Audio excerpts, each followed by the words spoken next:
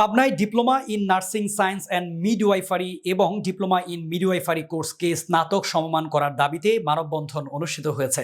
পাবনা জেলা প্রতিনিধি মোহাম্মদ হাসান মিয়ার প্রতিবেদন, জানাচ্ছেন সুমনা সুমা।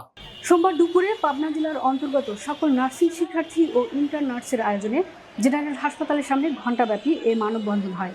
মানববন্ধনে বক্তব্য দেন ইন্টার্ন নার্স শিক্ষার্থী নাইম ইসলাম, মেহেদি হাসান শিশির, আবিদা, নাহিদ হাসান, জাহিদ হাসান, সাবিনা খাতুন।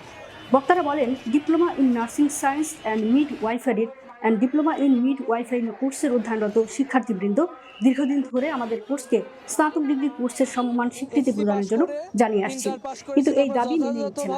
বিভিন্ন সময় শান্তিপূর্ণ উত্তীর্ণ হয়ে তারপর আমরা নার্সিং এ এসেছি।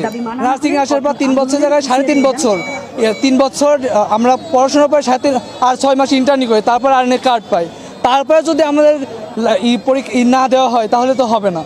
আমরা অনেক আমাদের যদি ডিগ্রি সম্মান না দেওয়া হয়, দেখেন এসএসসি পাস করার পর ইন্টার পাস করার পর 3 বছর পরে ডিগ্রি সম্মান পাই, আমরা 3.5 বছর পড়েছি, তারপর যদি না পাই তাহলে কেমন হলো? এটা বিচার হলো না। আর যদি আমাদের এই দাবি না মানা হয় আমরা আন্দোলন চালিয়ে যাব।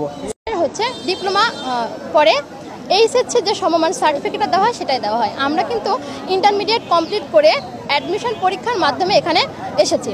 আসার পরে আমরা 3 বছরের ডিপ্লোমা কোর্সটা কমপ্লিট করছি, 6 মাসের ইন্টার্নশিপ কমপ্লিট করছি। করার পরেও আমাদেরকে সেই এইচএসসি মানের সমমানের সার্টিফিকেট দেওয়া হচ্ছে।